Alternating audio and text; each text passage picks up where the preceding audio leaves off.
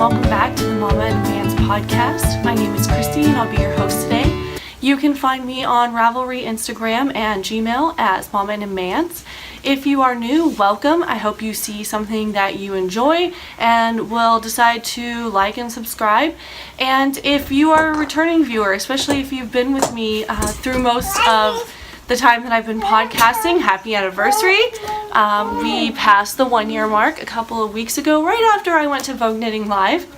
And I've been trying to get a podcast out for a while now, and it has just been completely busy and crazy. And so that is why today I'm attempting to podcast with 3 little kids, and no father, and it's not nap time, and we'll see how it goes. Hopefully it's not unusable. But the truth really is that this is my life, and that's kind of what the podcast is about, is my life and my knitting. So not being true to that would be insincere. So I'm trying. Anyways, so I have quite a bit of stuff to show you. I hadn't bought anything for a long time, and then I did go on the Vogue Knitting Live trip and bought quite a few things there. And then of course we had Black Friday and Small Business Saturday, so there's quite a bit. Hold on just a second, Isaac. There's quite a bit of stuff going on here as far as purchases, and also several projects or projects getting ready to go. But I will just jump right in, I guess. This is a finished object. I wanted to have it to knit while at Vogue Knitting Live, and so I got it so that my sleeves, I had divided for my sleeves, and then I was planning on knitting the rest of it. Pajama pants. I probably got around in here. This is in Madeline Tosh Twist Light in the fur wreath colorway, 75.25, and this was part of the gilt yarn that my husband brought me back from Jimmy Bean's when he went to Lake Tahoe. Sorry, the cat's playing with the Christmas bale. My gauge swatch did kind of lie to me. It suggested I went down 2 needle sizes, and even then it was telling me that I should go down another one, but I refused.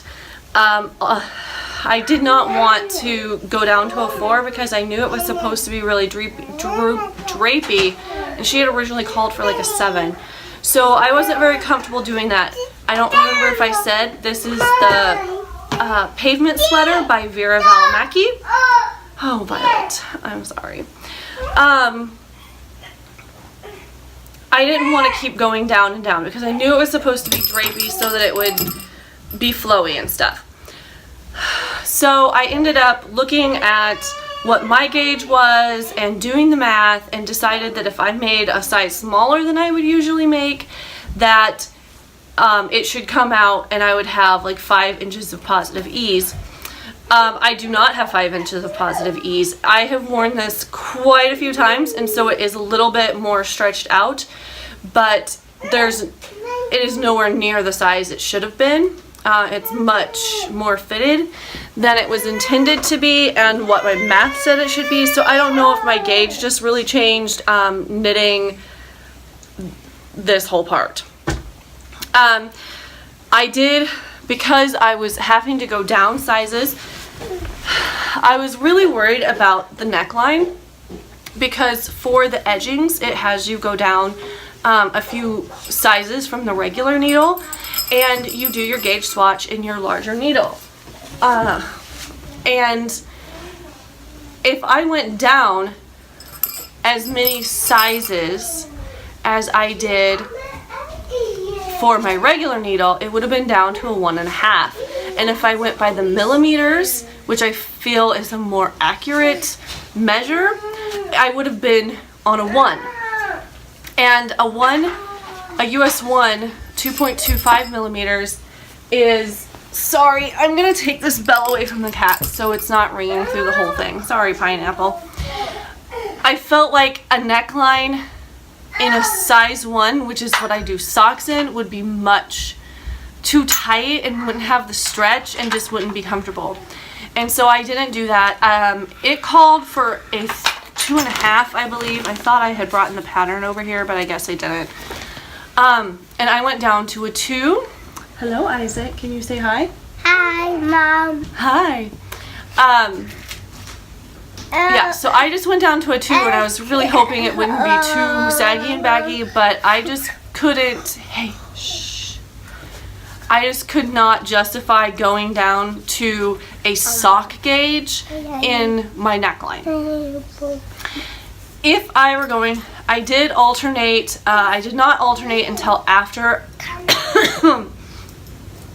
until after I had split for the sleeves. Like, all of the top is the same.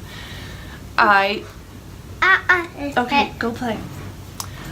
If I was going to make it again, and that is a possibility at some point in my life, because I think that it would be the perfect sweater for me if there were a few adjustments made.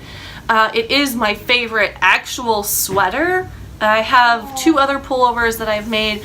One was made out of bamboo pop, a Heidi Kermeyer, I believe, pattern, and then I have my worsted boxy. I don't really like either one of those. I don't wear them very often. Occasionally I will wear my worsted boxy as a sweatshirt, only when I'm at home. I don't really wear it in public because I really just don't like it. It doesn't fit well, it doesn't look good, I don't like it. So actual sweaters, this is definitely the one that I like the most. I do have 2 cardigans that I finished recently that you could see on previous podcasts. The long line cardigan and the campsite cardi. And so those 3 are the ones I've been wearing pretty much every day for the last few weeks, just alternating them around. Get your clothes on. Isaiah and Isaac.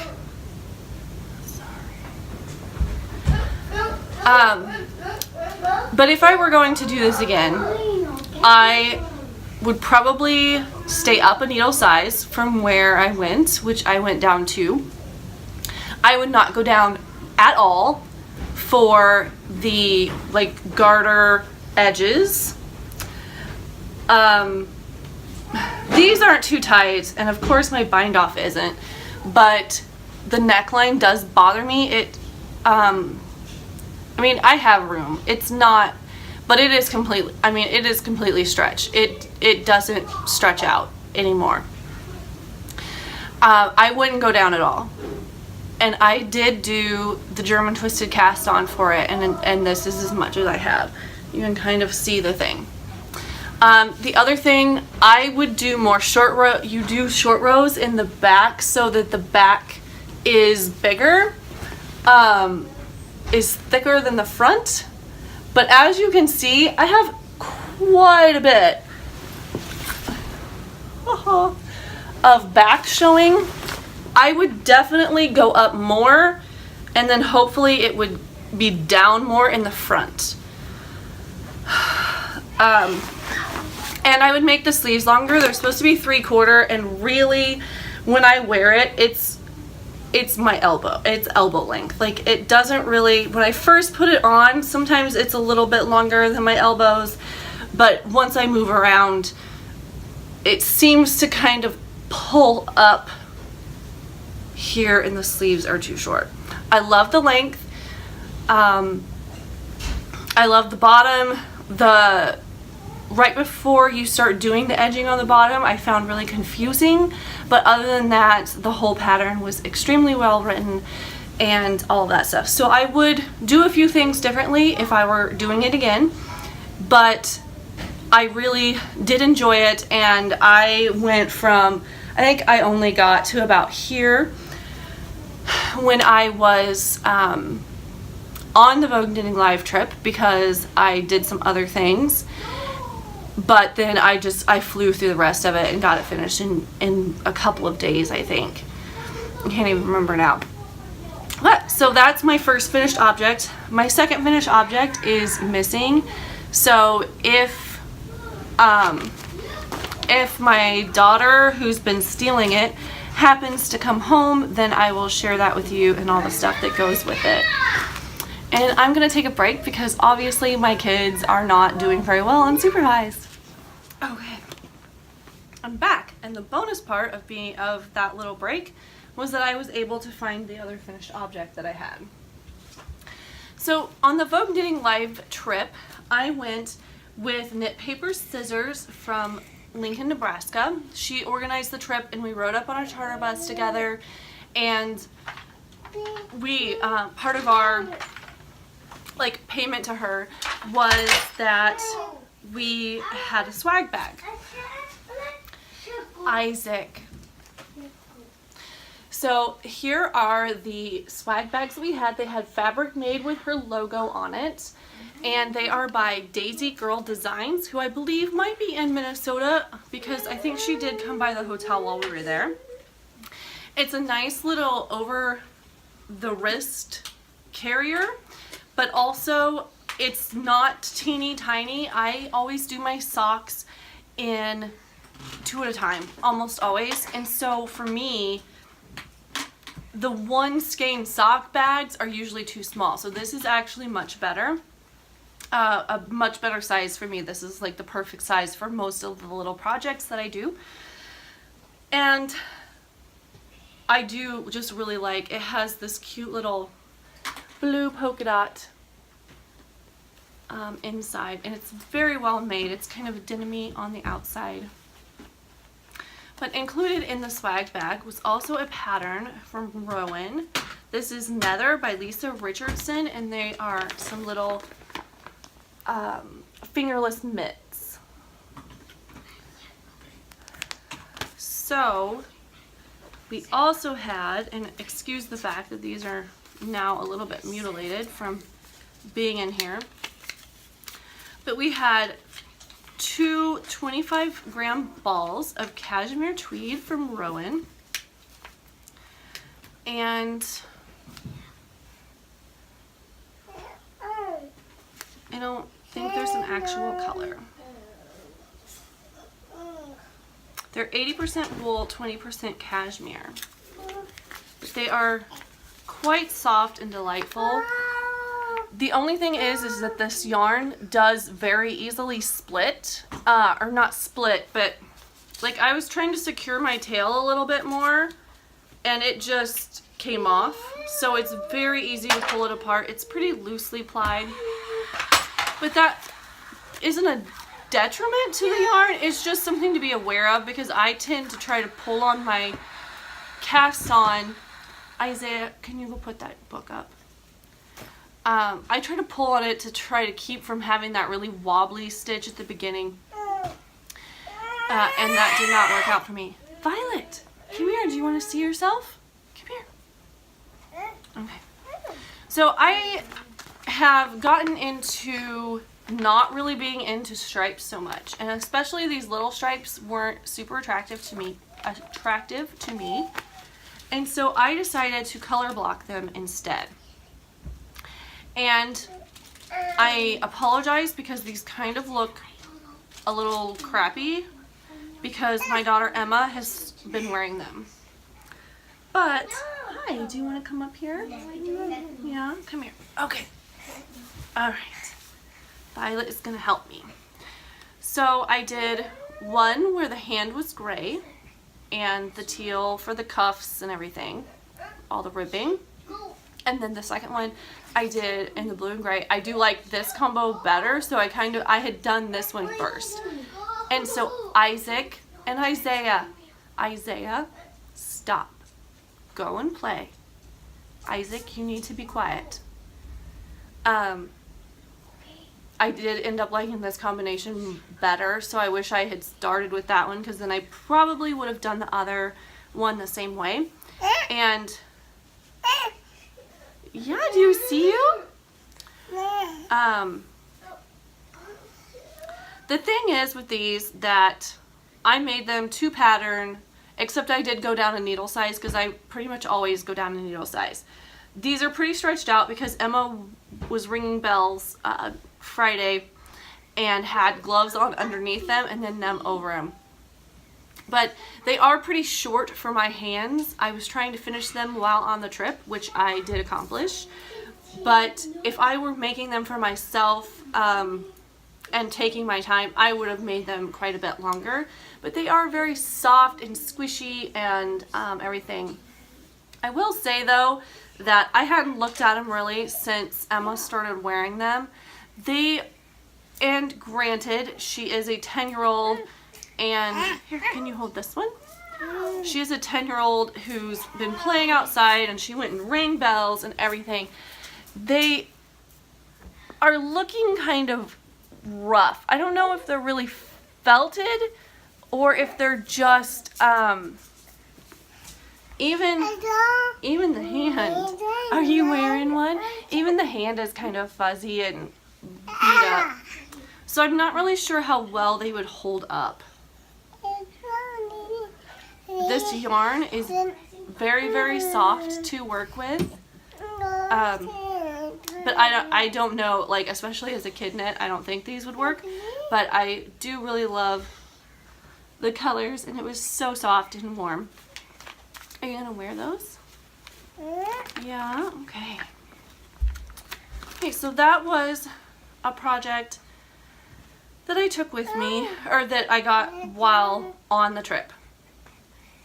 And then I also had this, and I took my Christmas socks that I had talked about in the last podcast that I was going to cast on. I did the toes on them, did not touch them for the whole time.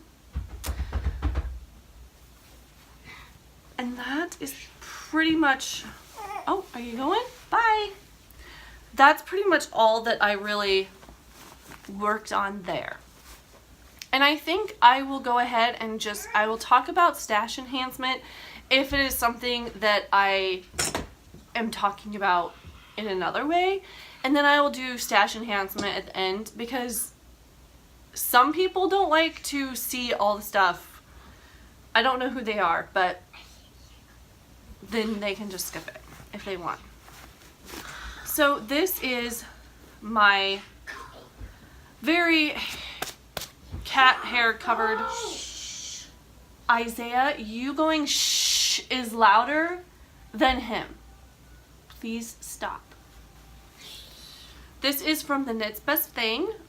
She's on Etsy. She's Dawn in Canada.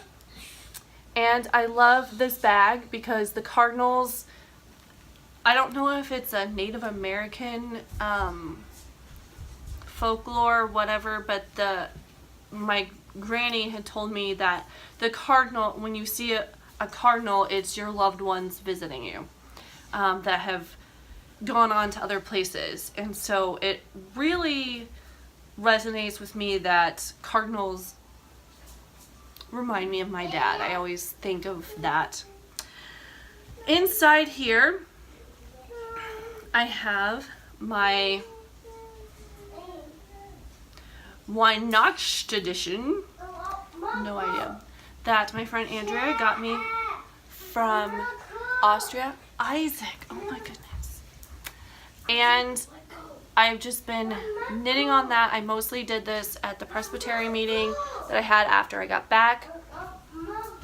It is a very cute little pattern that it's coming out. I'm doing a little... Right, let's try this again.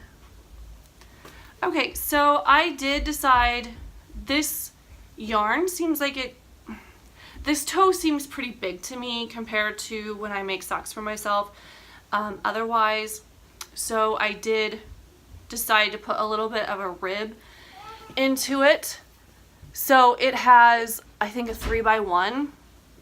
I did it over and over again, trying to get it to come out perfectly even, because it was driving me absolutely insane for it not to be completely centered, and I couldn't figure one out. But these are on 9-inch US 1 2.25 millimeters. Those are Hayas. Yep. And what I need to do is actually have my husband do my foot again for the Fish Slips Kiss heel, so that I can try these on. My other one had gotten bent, and so when you tried to put a sock onto it, it would just fold. Like it wasn't, it was no longer sturdy enough then to let it slide on there to measure. And I know that when I've been putting them on my feet, it seems like when I do that and try to measure an inches measurement, it always seems like it's not long enough. And so I need to do another foot and see if that helps me. But I really do love how this pattern is coming out, and I'm hoping to have a new pair of Christmas socks for this season. And I'm hoping that that's not picking up. So then, since the kids are gone right now, I will talk about their Christmas presents. So I did decide for some crazy reason that this year I was going to make a hand-knitted gift for each child. I don't normally do that, partially because Advent is very, very busy for us. December 1st starts birthday season, as it's known in our house, which means that 4 of our kids all have birthdays between December 1st and March 1st. Plus we have Christmas. Plus my husband is a pastor, and it is crazy busy. There's Christmas programs, there's birthday shopping, there's Christmas shopping, everything. And it also seems like we end up having more pastoral visits because people are either trying to get their surgeries in before the end of the year, or it's just that time of year when people fall and break things, or they just get sick in general. So this time of year is always super busy for us. And so I usually don't put that kind of pressure on me, but I just decided that the kids seem like they're really starting to appreciate the things that I make for them more. And so I made the decision that this year I am going to make something for everybody. So the first thing that I have completed, the first thing I started, was a pair of socks for Elizabeth out of Knit Picks Felici in the hibiscus colorway. Excuse the end that I have not woven in yet, and so I do have 2 of those. I did a Fish Lips Kiss heel for her, and I'm knitting them at 56 stitches on a US 1 2.25 millimeter. That's always what I knit socks on, so just know that. I did a 56, and I did their feet for the Fish Lips Kiss heel to measure it, and I originally had planned on doing hers like knee highs because I thought she'd be into that, but then she said that she would just want regular length. So they're a little, I knit the leg until about where the toe started and was kind of in a stripe, and then just knit up. And they don't match, but they do, they're about half a row, or they're half a stripe off. And then they like cross in different places. But like these pinks are like completely opposite, but then like the orange and yellow cross and the purples cross. So they ended up cute and interesting, I think.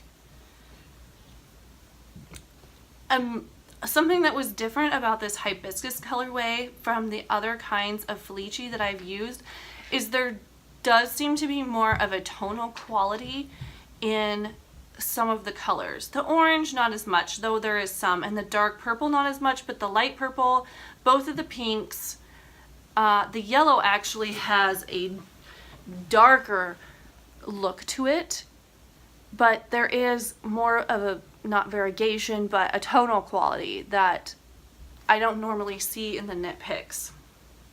So that is Elizabeth. Hers are done other than the ends, and those are my husband's responsibility. Then I started a sweater. One of our congregants went to Spain this year and brought me back yarn from there. And it is the Katia Merino Tweed.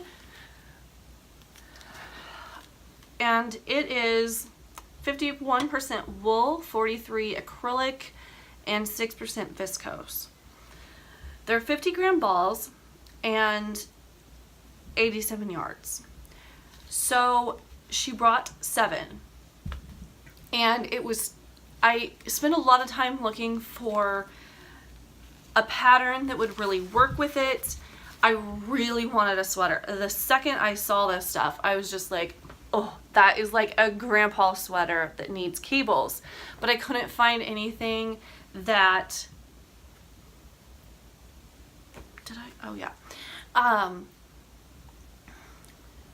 that I had enough yardage for my size. And so I looked at a lot of shawls, but of course they only used a few, and I didn't want to, I struggled. I was just trying to figure out what to do. But then I decided that it could become a sweater for Isaac. So I have never made a flax sweater before. So this is what I have done. I have just one sleeve left. I haven't picked up for that yet. It's in the 4 to 6 year size. And I'm not sure if the camera is really picking up all of those colors, but there are all these tiny little flecks. And so whenever Isaac tries it on, he stands and pets it and says, "It's so pretty, it's so pretty." And it is very squishy and beautiful. I think he's gonna look beautiful, just awesome in this, because his eyes are brown, but they almost like match his hair, which obviously is very red. And so I think these little flecks will really make those pop. So I have ends to weave in on this, and a sleeve to do. I've been doing this on a size 7, which I thought I brought the pattern over here, but I didn't. I don't have it. I think it actually called for an 8. This is a free pattern, I think. So it's something I feel like people have been talking about, the knitting badges. This is probably something, you know, I did a flax or a flax light accomplishment badge. So there's that. The other one that I've actually started is in my Beach Dreams bags, in the little Christmassy churches. And those are Isaiah's sock. There's his foot. These are also in Knit Picks Felici, and they are the sunset colorway. And so I'm just going along on these. The color is kind of odd to me because I feel like this looks like it's all orange. Like it's orange and yellow to me. But as it's knitting up, it's like maroon and purple and yellow and gold. So I'm not really sure what these are going to look like when they're done.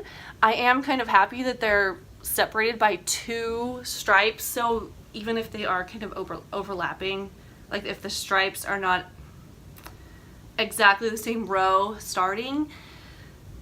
With Lizzie's, it sometimes bugged me because there was like one off, or 1 or 2 rows off. And anyways, I do like that these are separated by 2, because then it doesn't look like you're trying to make them match and that they didn't. I am knitting these on Addie's.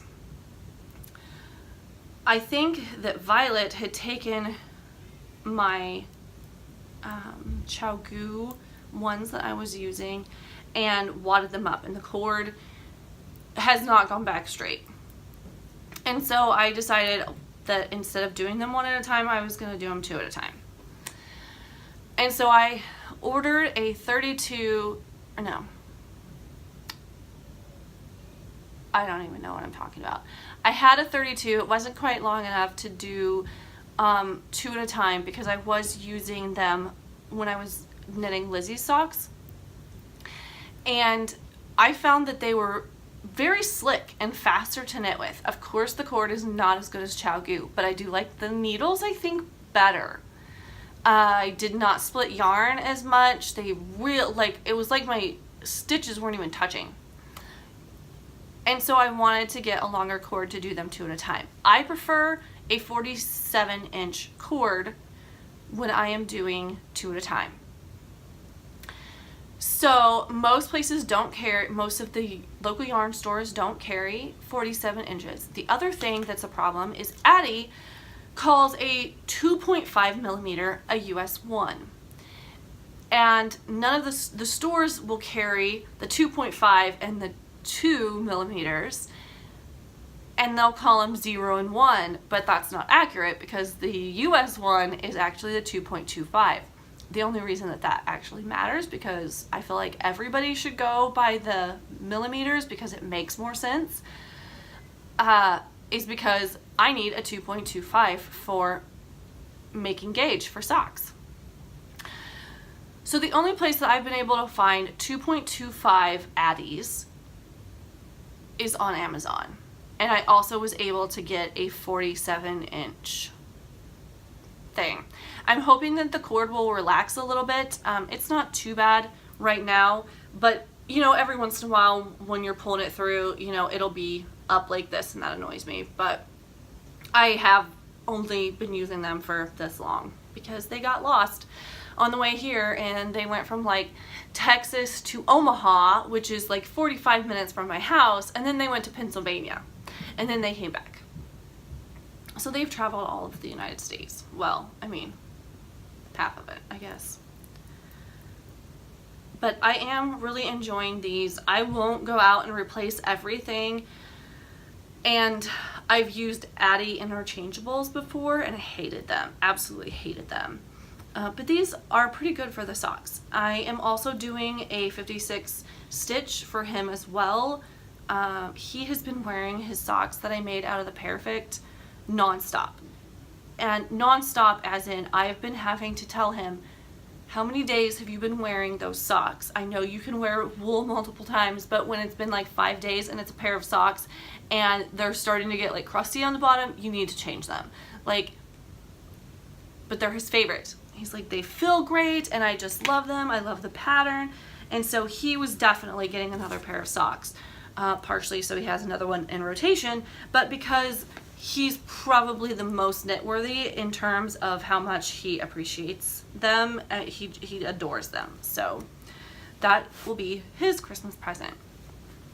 Violet is also getting a pair of socks. I think maybe 2 or so episodes ago, I did show a pair of socks that I made for Emma, and I'm going to make, oh no, what did I do with that yarn? I'm going to make a pair of tube socks from the Knitting Expat toddler sock recipe pattern out of that same yarn, without heels or anything, because she's obviously growing a lot right now. So they're like neon colors, so I'm going to do that. Then while we were at Vogue Knitting Live, we did go to the actual Stephen B store, and I found this yarn rehab from Meadowcroft Dye Works in the Guatemalaness. It is a super bulky weight, 80/20. And this is going to become a hat for Emma.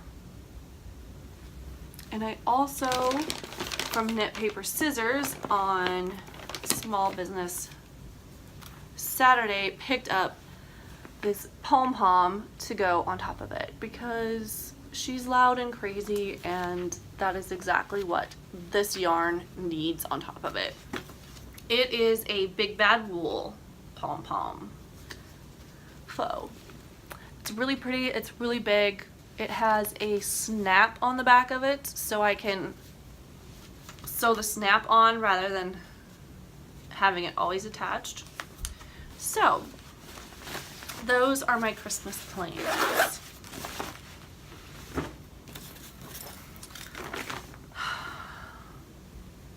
I'm trying to make sure I'm not like leaving stuff out that I need to go over. So just 1 second while I take a break.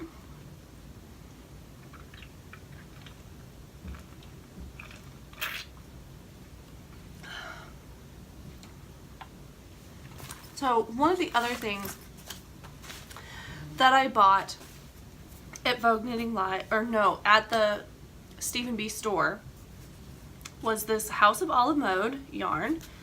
It's a fingering weight 80/20. What's the name of the color?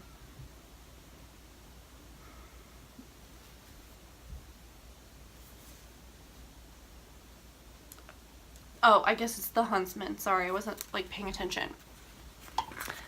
So it is blues, browns,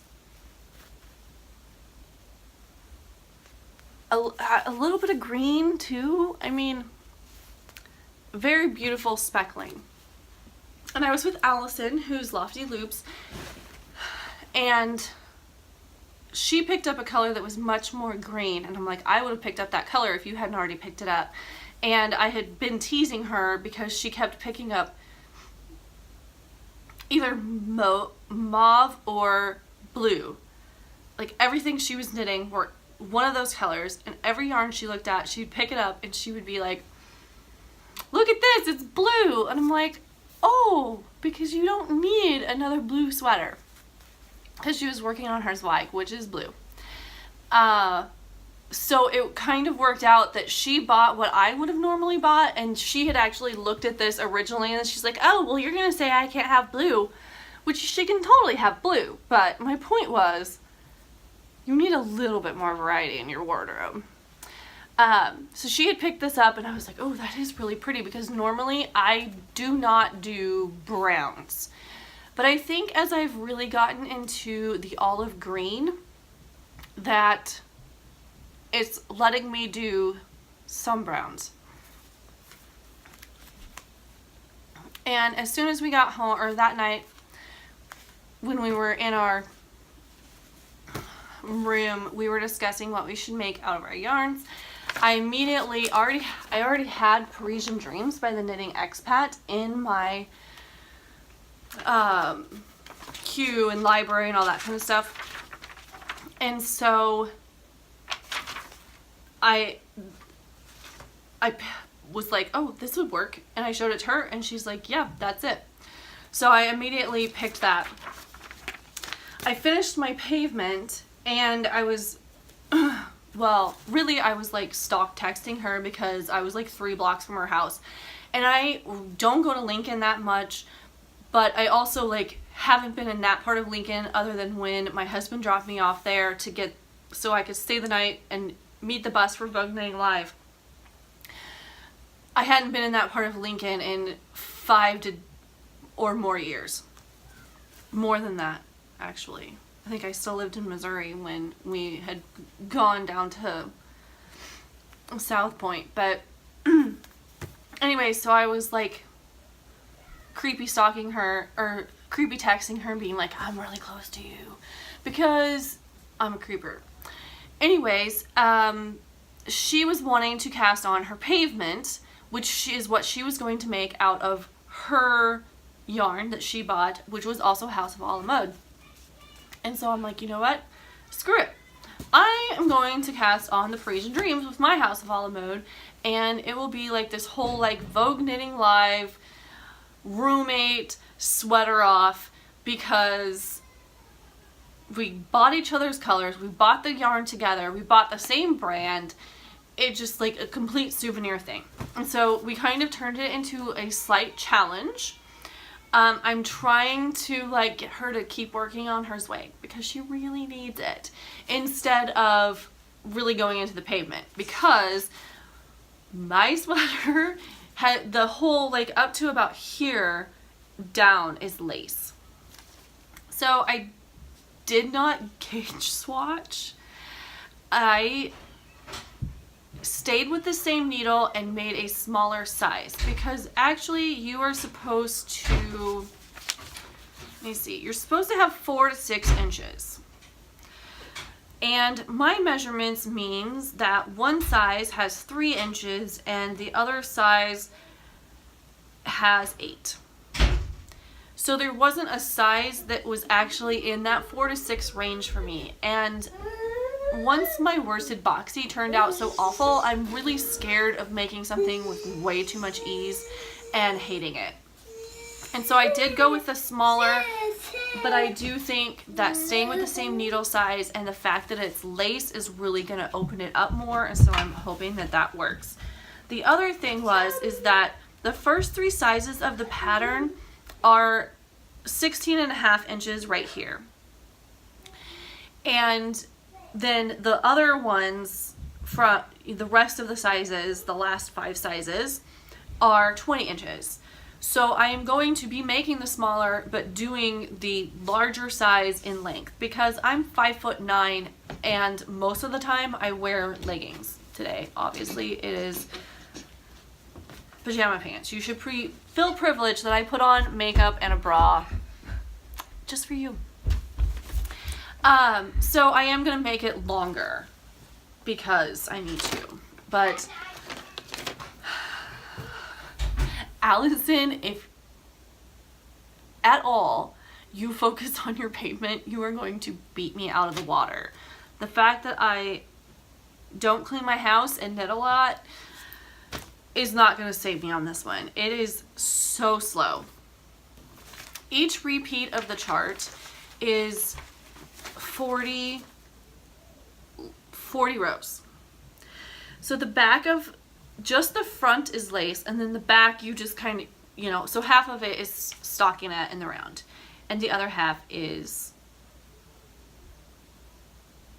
lace with twisted stitches, some cables, yarn overs, of course, increases and decreases. Yeah. It takes so long. I think one day I did an entire repeat. Actually, I don't think I did. I think I only got through like 30 rows. And yesterday I worked on it, but I did like do Vlogmas, and I took some videos and had to look for music. So I'm hoping like the Vlogmas yesterday took longer than it's going to take any of the other days because I was like prepping stuff. Which I am going to try to do, but no guarantees. Like I said, this time of year is extremely busy for us, so I have no idea if it'll work out. Anyway, so I can't really, yesterday I got through, did I even get through 30? I can't remember if I was at the beginning of one or not. I think I was. So I did 35 rows yesterday. So obviously I didn't get super far. And of course this is lace, so you're not going to see a ton of it. I'm going to go ahead and get up a little bit though. So, see if I can spread it out a little bit. It kind of has this like chevron going on. This is not easy to show. It has the chevron going on, and then the cabled bits, and then it repeats, obviously. The bottom is twisted rib, and this side you can kind of see the speckling. It's so pretty. And this yarn is so soft. When I am knitting it, you know, like my hands are kind of on the inside of the sweater, and it feels like a soft teddy bear. Like, I just love it. So I am really looking forward to this. It's on 32-inch needles, and so it kind of makes me worry that it doesn't look very big. But I also thought that about the pavement, and it wasn't as big as it was supposed to be, but it was way bigger than it looked. And I think these cables and this lace have a lot of stretching out to do. So let's see, where am I? I've done the bottom ribbing, and 1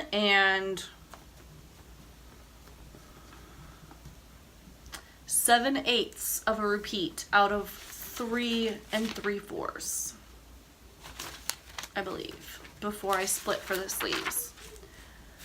Just as warning for Allison, so she can know exactly where I am. She showed in her podcast yesterday that she had split for her sleeves, and I didn't know she had actually done that, and so it kind of made me panic a little bit. I can't find in my pattern where, yes, it's 3 3/4 repeats of the pattern, of the chart. I am knitting it from the chart. Normally I don't, just because I find it distracting. I'm using pink highlighter tape, and it's the one below it that I'm working on. I think because this is so much lace, but it's pretty intuitive to know what it's doing, that it's not bothering me as much. And I can follow it pretty well without having to look up at the key constantly, because that was part of my problem. The other thing is I can't find my cable needle, so I've been using a locking stitch marker as my cable needle. So I just have one of my little safety pins, and I've been popping my 2 stitches onto it and using that, because every time I've tried to not hold, like just pinch them or whatever, it's not working. I am down to the dregs of my first skein. I did buy 5 of them, so I should be fine on that. But yeah, this is, I think I'm really gonna love the sweater, but it is so slow going compared to like my campsite cardi that was just flew by. I'm gonna take a break because it sounds like people just got back from church, and maybe I will. And I'm back. So the next thing that I'm going to share with you is my advent calendar. I got mine this year from Lofty Loops, and you can find her at loftyloopsyarns.com. That's my friend Allison, and a lot of her colors are very, very much my palette, so I felt confident getting one from her. There's also a more affordable one. We have all my little packages in here, and my Christmas one is hidden down here. I thought about putting it up on my tree, but the cats, even though they are a year old now, still are climbing the tree, and so I don't want to leave it vulnerable. I have done the first 2 because obviously it's the second, and excuse the fact that the cakes already look crazy, but this was December 1st, and this was December 2nd. And what I decided to do with those, the set, or the advent calendar did come with a pattern from Rye Flower Knits, and it's a striped shawl,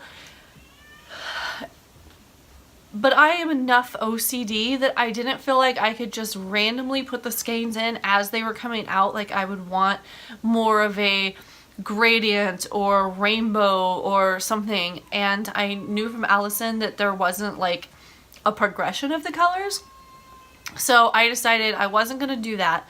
But I did get the 20-gram minis, and so I feel comfortable using less than 5 grams to do my pinwheel scrap blanket.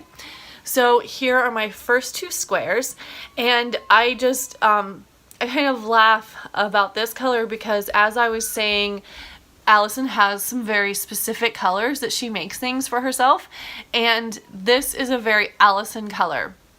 In fact, I think one of the sweaters quantities that she bought at Vogue Knitting Live was a pink with a gray that look exactly like this, only obviously this one's speckled. And then this is today, and I guess it looks like it's showing up kind of purpley. Next to this pink, it looks less purple than it did in the skein before it was up against that, but you can kind of see that it's like purple and gray, variegated. So 24 minis will give me 3 squares. Kids are playing outside in the snow, and they've decided to ring the doorbell. And so I will be sharing my progress on this in each day's Vlogmas, so I'm super excited about that. Last year I had an opal yarn one. It wasn't quite as exciting because other people had opal ones and they're not in a specific order. So by about halfway through the month, I already knew what all the colors were going to be. It was just like, which one am I getting today? So this one, I don't know. I haven't seen people posting, and I didn't post yesterday because I was busy doing the Vlogmas thing, but you can see all of them on my Vlogmas.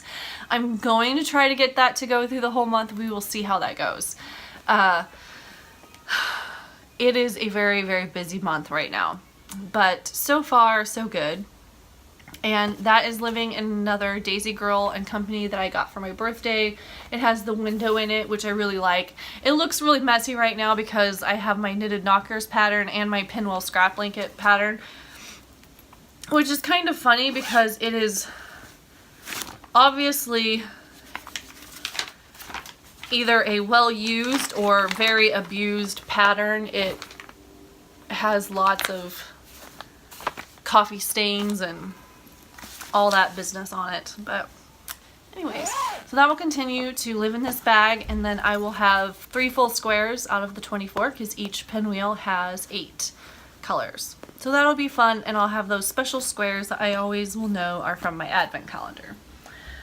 So that is that, and then I think my husband is showing up with the patterns that he was supposed to print out last week, and so I will come back in just a minute. Okay, the pattern that was included in the Lofty Loops advent calendar from Rye Flower Knits was Among the Clouds. So it's this long, like, shawl, scarf, stole. I'm not really sure what you call it. It's kind of a rectangular shawl. But she used the Log House Cabin advent calendar that she had last year, and that was one that I really wanted for this year, but I never saw her post any of them. But it was a very beautiful rainbow, and so that was one of the reasons that I was kind of hesitant to go ahead and just start knitting the pattern with the advent minis as I got them.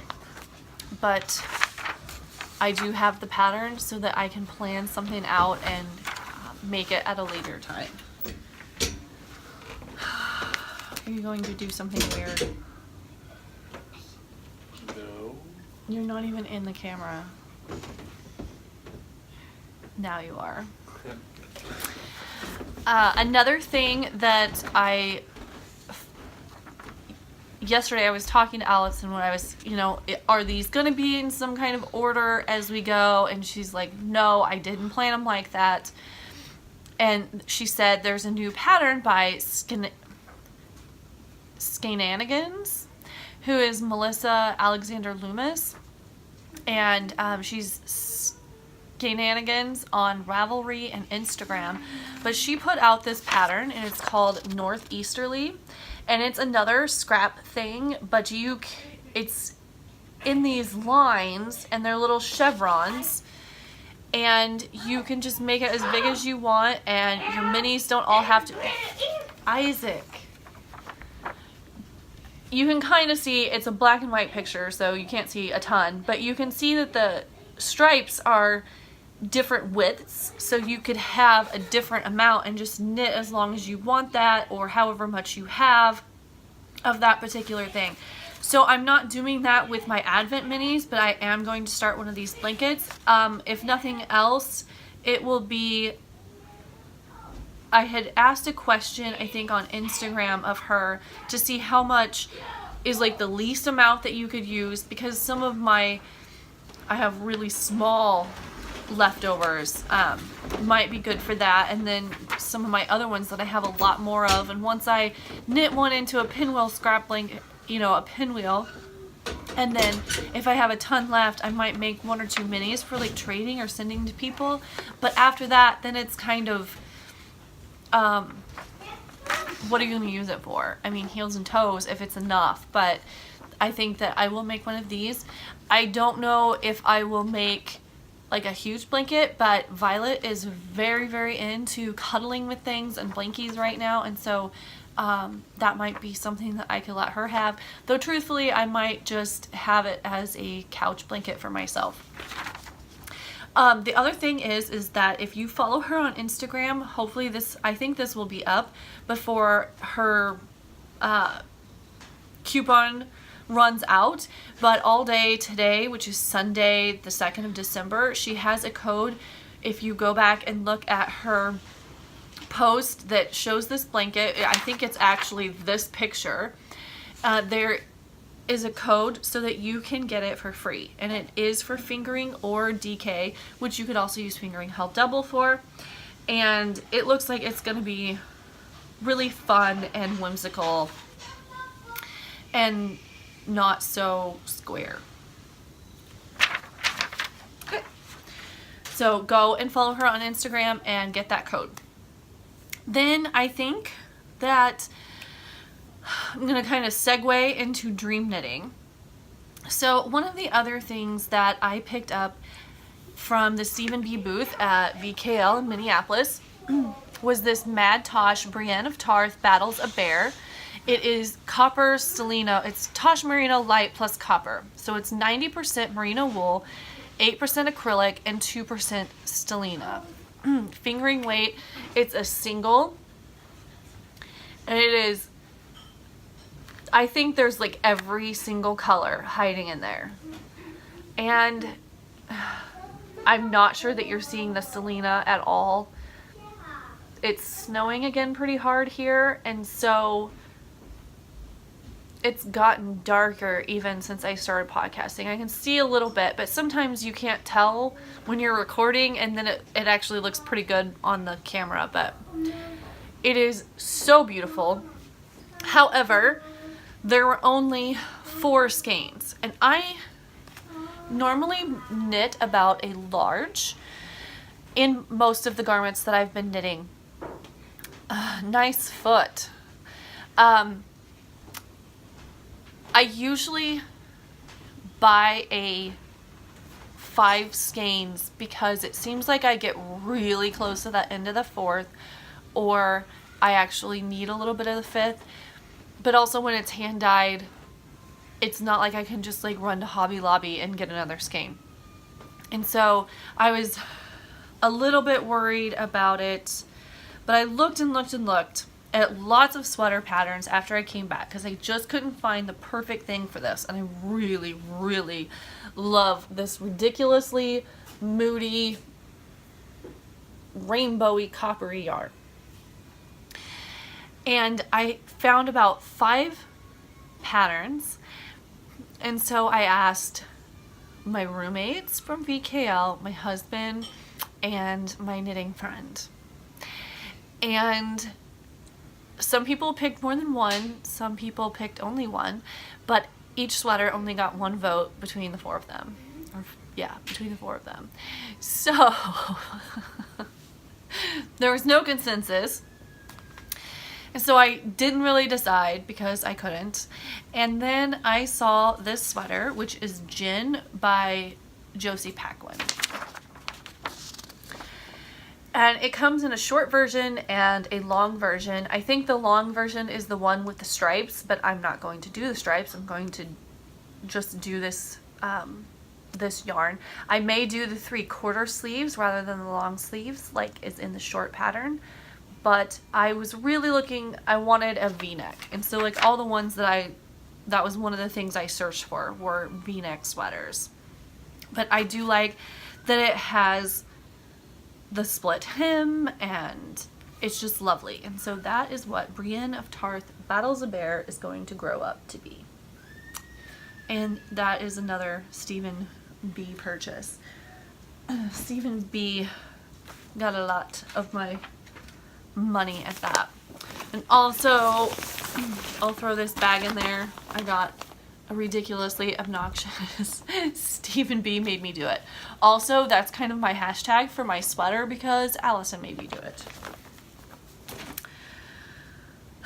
Another dream knitting thing that's going on at this point is there seems to be another baby boom happening. This time kind of centered in the school. So my almost 4-year-old son has speech therapy, and has for the past 2 years, and his therapist is going to be having a baby in February. And then last year, Isaiah had a teacher who actually lives across the street from us, and her husband's grandparents are members of our church, and so I thought we should include her as well. And then Emma's teacher this year is also having a baby. Hers is actually due in December.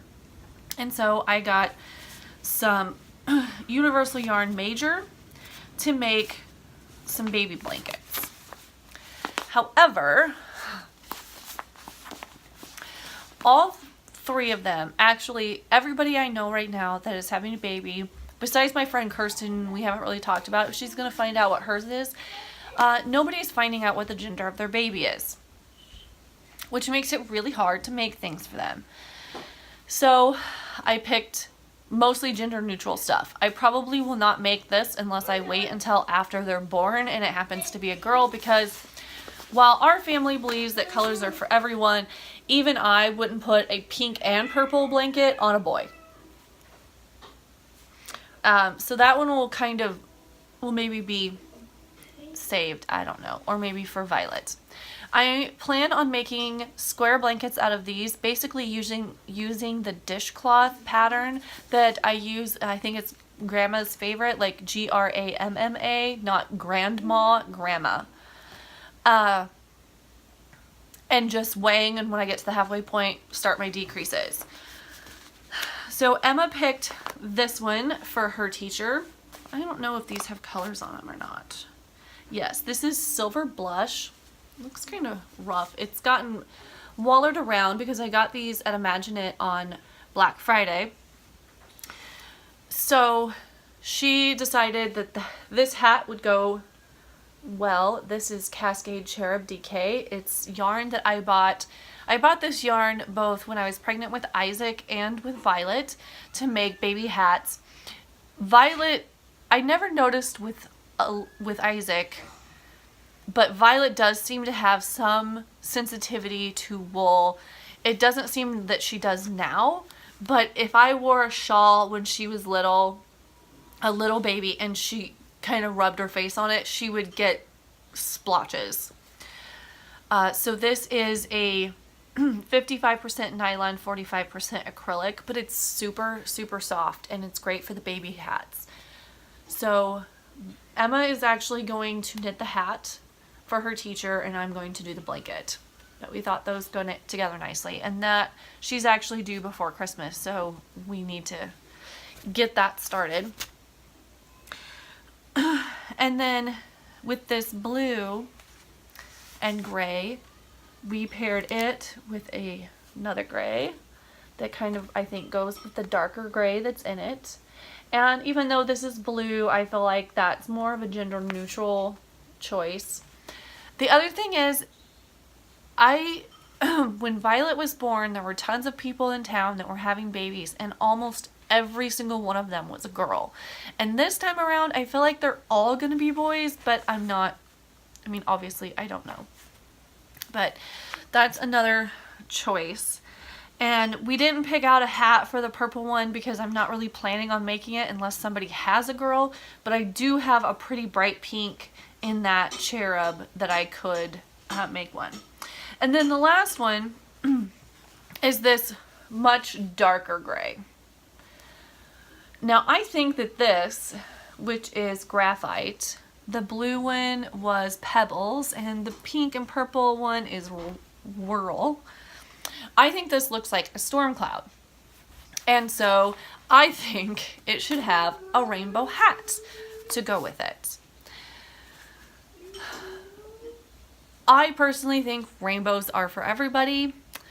Just like I think most colors are, well, all colors are for everybody. Though I kind of just contradicted myself with the pink and purple. But I don't know if other people would have the same opinion of a rainbow hat if their baby was a boy.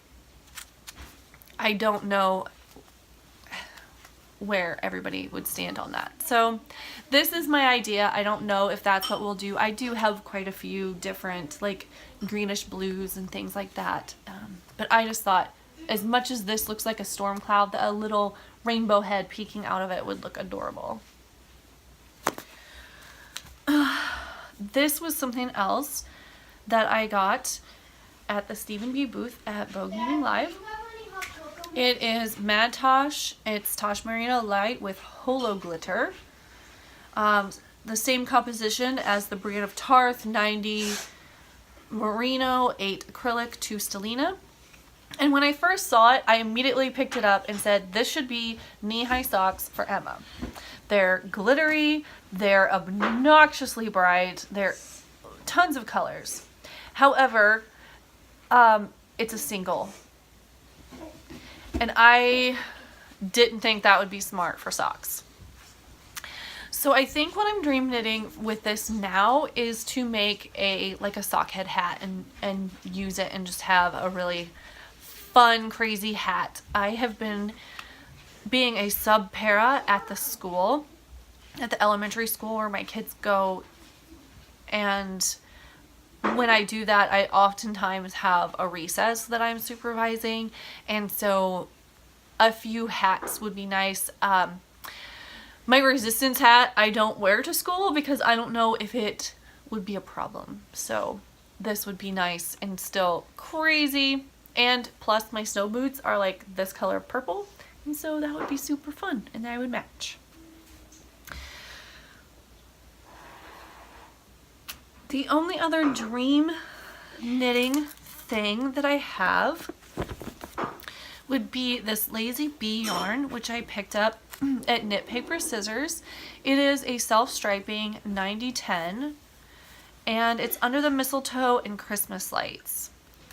So if I get my other Christmas socks done and my Christmas knitting, then I plan on casting on another pair of Christmas socks for me.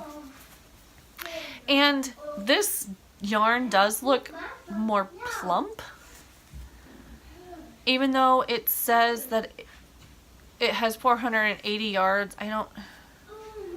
It looks fatter than most fingering weights. So I don't know if it kind of stretches or what, but we shall see when I cast it on if if I need to go down needle size or even stitch count. Isaac. Shh, buddy. And that is all of my dream knitting. I will talk about VKL quickly and then finish with the other stash enhancement that I have. So we rode up on the charter bus. I kind of already told you about that. And Julia and Anne and Allison were my roommates and we had a great time. Allison and I walked to Sushi Train one night, which was a total blast. I would love to go back there again. Their sushi was delicious. Their drinks were even better. It was cold every day. I expected it to be around freezing and it was like 9. So that was it was a little of a shock. I had thought about not taking a coat just because I'm like, I don't want to carry it around and surely it won't be that bad. But even walking like the block and a half from our hotel to like the door of the convention center, it was pretty cold and it was windy and it snowed every single day. Not a lot, just that really dry, cold snow that's just always there. I did take my Birkenstocks and wear socks with them a few times, but as the time wore on, I did that less just because I didn't want to get my socks all wet in the snow. As far as the marketplace went, I spent most of my time in Stephen B's booth. We also got a lift and went down to his store. I did not find a ton of other places that I wanted to get yarn from, and truthfully I wasn't really looking for a ton of yarn. Like I wanted to get at least one sweater's quantity, which I got 2, so I definitely met that goal. There was one other place that I was considering a sweater's quantity of, but I couldn't decide if it was too crazy of a color even though I loved it. But but there weren't a lot of, I don't know really how to put it. After seeing about a month before all of the indie dyers that went to VKL in San Francisco, I was a little underwhelmed by the marketplace in Minneapolis. It was still a little bit crazy, but it seemed very small. There weren't a ton of indie dyers that I would have been interested in, or if they did have stuff that I was interested in, they had one or two skeins, and so of a color, and so I didn't get a lot of yarn from other places. I did in the Northfield yarn booth get some String Theory Inertia, and this is the colorway Myrtlein, and it is 400 yards of pure awesome, 365 meters of squishiness, and 100 grams of fabulosity. And it has 5 different colors, and it's self-striping, and it is very beautiful. It is also extremely affordable for a self-striping indie dyed yarn. It was $25. So I felt like that was like $7 to $10 cheaper than you would normally get a self-striping like this. But I super loved the colors, and I really wanted this one. That was the only like single sock skein that I bought. I did get some of this hooked spaghetti, which is t-shirt yarn. They were handing them out, giving these away. They do have a store, I believe, now in Minneapolis. But I'm not really sure what I'm going to do with it yet. It's kind of like a rolled piece of t-shirt, like a strip, and then it kind of rolls up to make it round. So I'm not super sure what I'm going to do with that. Maybe even like just pot holders. But I mean, it's kind of fun and interesting to try something new. The other booth that I got a lot of stuff in was the Knit Ball Pearl. And they are from Waverly, Iowa. So here's their card and their website up there. And from them, I got, well, this is the bag that they put all my stuff in.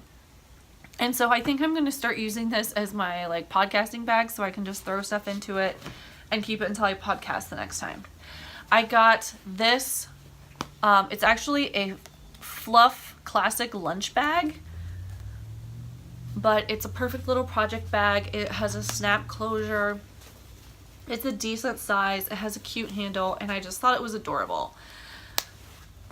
I did get a few other pins. This one I believe was from Northfield. It's a twill and print. It's the one that spins for what you need just one more of. This is an appropriate one, and the heart one were both from Stephen B's store, I believe, is when I got both of them. So I got that. I also got this other bag that says knit, get your knit together. So it's a nice size tote. It doesn't have a closure, so I won't be able to like use it completely as a project bag all the time because my cats still get into my yarn. I did get a coffee cup and 2 wine cups from there as well, and a book for my kids. But I will show you those as I use them with the podcast.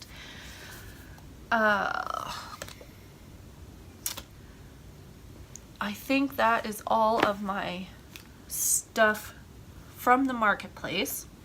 Allison did bring us all roommate gifts, and so I had this little diamond pin that's on my bag on her DK Winifred Sanderson yarn.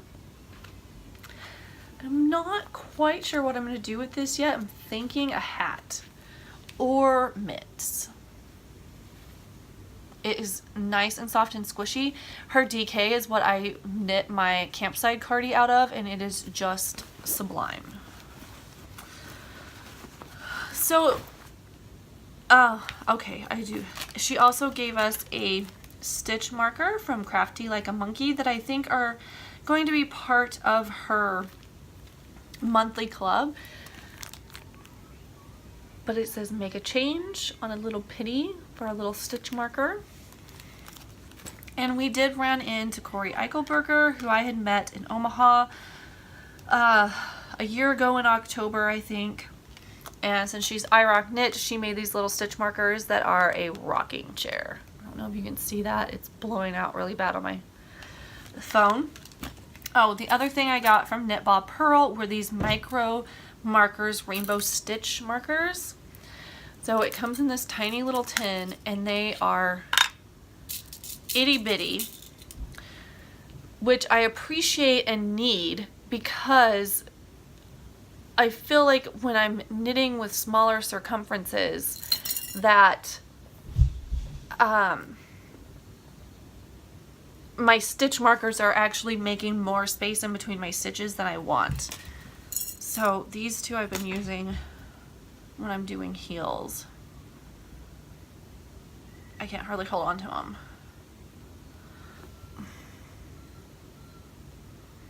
But they are really teeny and they are perfect. Some of them on my sweater that I'm using right now, or that I'm making right now, the Parisian Dreams, I am knitting those on a 5, and some of them fit around my 5s, but I think it's just like the position of the bead. Some of them didn't, so I went ahead and used my bigger ones.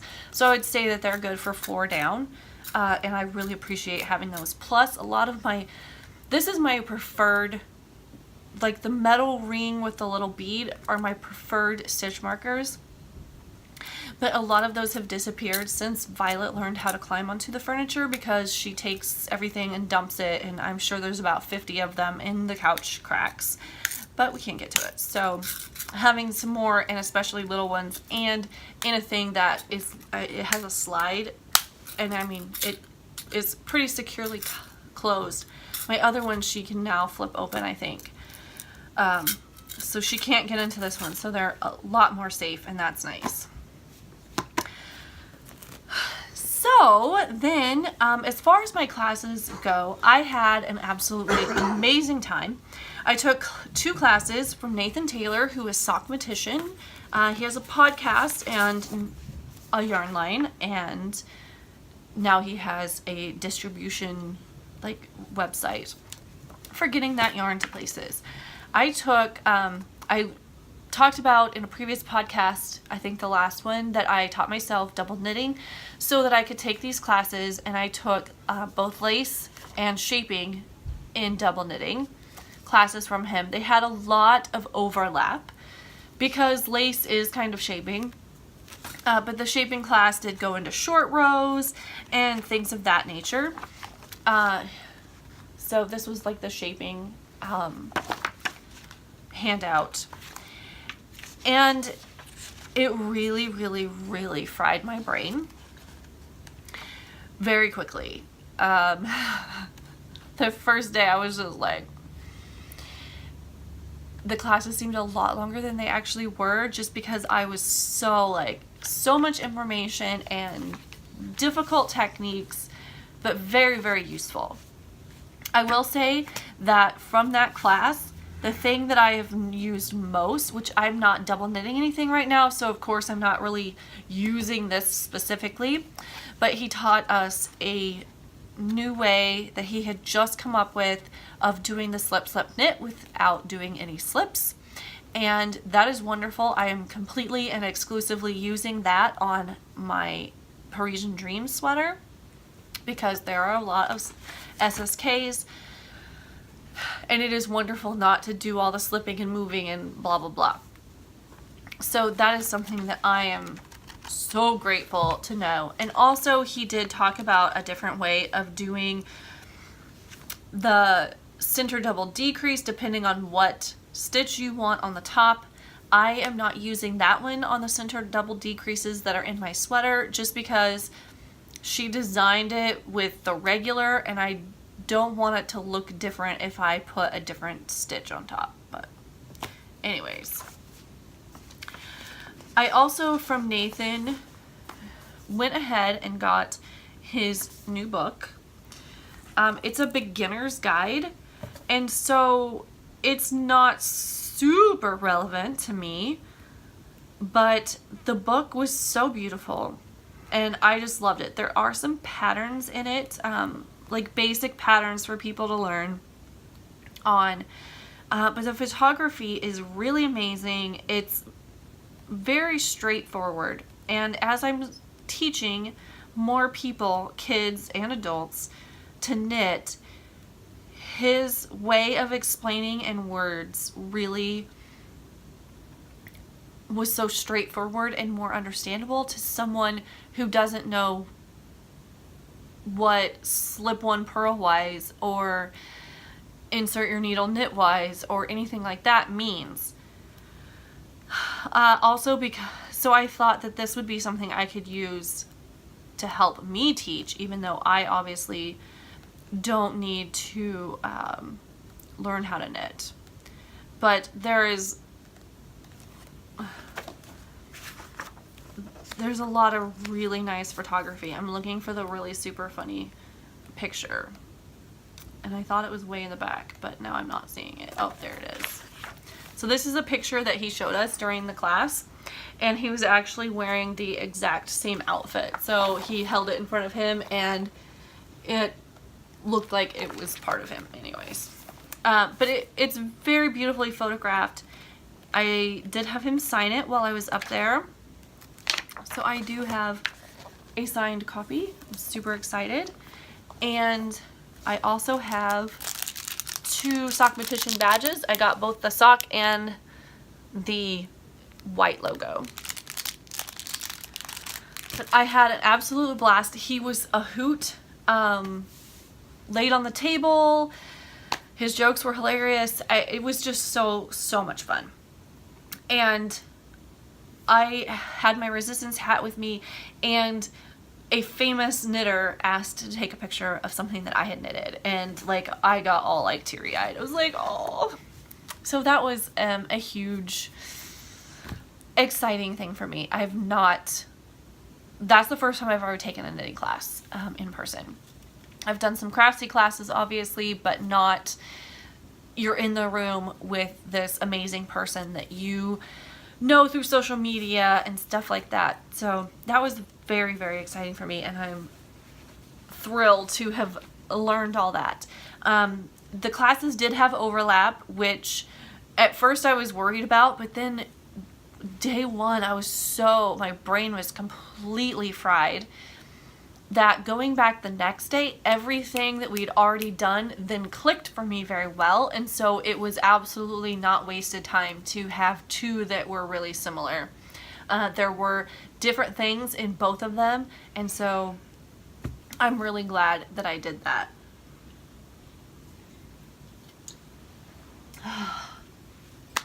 Okay, then I have a few more acquisitions on Black Friday from Imagine It.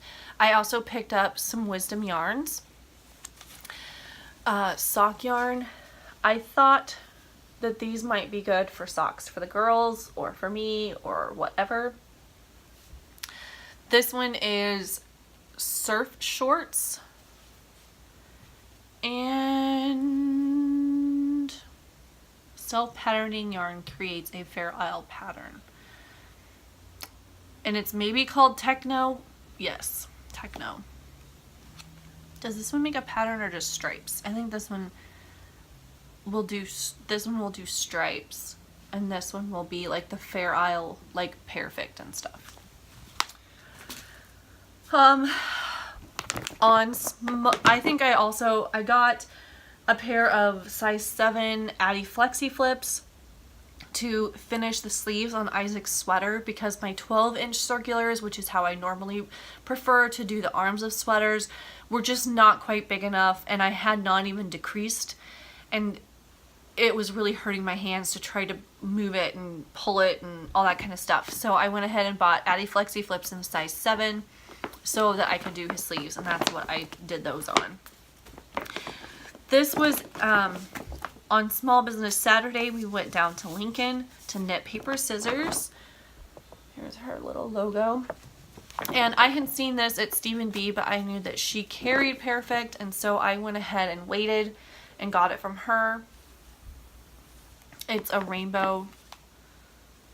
I don't know that they have actual colors. It's just rainbow. I also got 2 other Lazy Bee.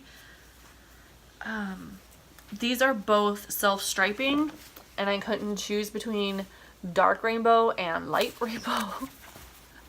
I also kind of thought of socks for the girls, but I think what I might do is make socks for me out of both of them and then make them shorty socks. But we shall see.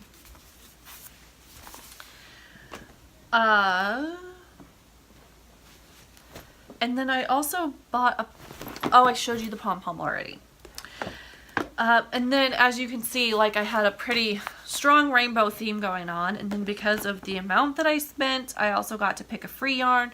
So there was this lace weight. It is online. Star wool lace color. It is a lace weight, but it's also a rainbow, so I feel like I had a complete theme going on. It's 100% wool. I'm thinking about making a cowl and possibly holding it with like some mohair or something and making up a cute little cowl that will be nice and warm and colorful. I also got a free buffalo wax candle, which I believe are made in Lincoln or somewhere around here. I don't see that it says anywhere. But I got the cinnamon and clove one, and it is so delicious. I haven't even burned it. I've just been sitting with it open on my table and just smelling it. It just smells like Christmas. So, yay! I think between all the times that I've started and stopped this video that it's probably going to be kind of long. I think I went through everything. And hopefully it will not be as long, but until I podcast again. Though truthfully, if I do stick with doing Vlogmas, I probably will not do a full-blown podcast again until after Christmas. Because then I can just share the stuff as we go along during Vlogmas. This was a month in the making. And, you know, a show and Black Friday and Small Business Saturday and things like that. So I think I will just share as I go for the rest of the month and then kind of try to get into a more decent schedule for the new year. I will probably at some point after Christmas talk about my 2018 fiber goals and how well I met them. I did look at the list last night and the answer is not well. I did do some of them, but not very many, and I hadn't looked at them in a few months, and so then looking at them again, I was like, oh yeah, I forgot that I said I was going to do that this year. So obviously some of them are, you know, weren't even on my radar. There are some that I will probably have a goal of for next year. Learning brioche would be definitely going to be carried over because that's something I still need to do. All of my roommates could do brioche, and so it made me really want to do it. So that will be continuing, but I will look over that and we'll have a chat about that. If you have any questions, you can ask them in the Ravelry group. You can find that at Mama and a Manse podcast. I can be found on Ravelry, Instagram, and Gmail as Mama and a Manse. If you have any questions that you would like me to answer on the podcast, let me know over there on the Ravelry group, and I will see you later for Vlogmas.